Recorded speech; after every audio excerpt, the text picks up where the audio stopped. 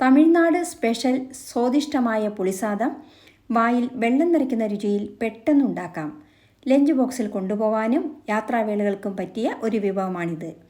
ചോറ് വേവിച്ച് വെച്ചാൽ 1 മിനിറ്റ് കൊണ്ട് ഇത് തയ്യാറാക്കാം. കൂടാതെ സൈഡ് ഡിഷിൻ്റെ ആവശ്യം തന്നെയില്ല.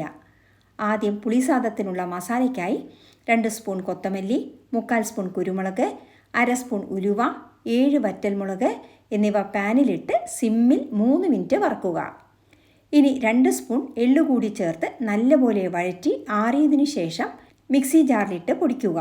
ഇനി പാനിൽ 1/4 കപ്പ് നല്ലെണ്ണയിൽ 1 സ്പൂൺ കടുക്, 1 സ്പൂൺ ഉഴുന്നുപരിപ്പ്, 1 സ്പൂൺ കടലപ്പരിപ്പ്, 3 വറ്റൽമുളക് 2ആയി മുറിച്ചത്, 1/4 കപ്പ് പച്ചനിലക്കടല, കുറച്ച് കറിവേപ്പില എന്നിവയിട്ട് 3-4 മിനിറ്റ് സിമ്മിൽ വറക്കുക.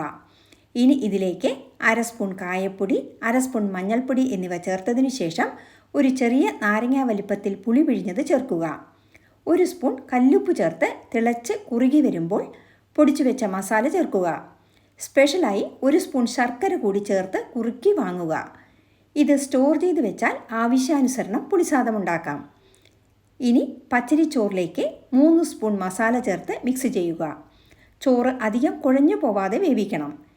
Very simple and tasty pulisadam ready. ഈ റെസിപ്പി ഇഷ്ടമായാൽ ലൈക്ക് ചെയ്യാനും ഷെയർ ചെയ്യാനും മറക്കരുതേ. Thanks for watching and supporting.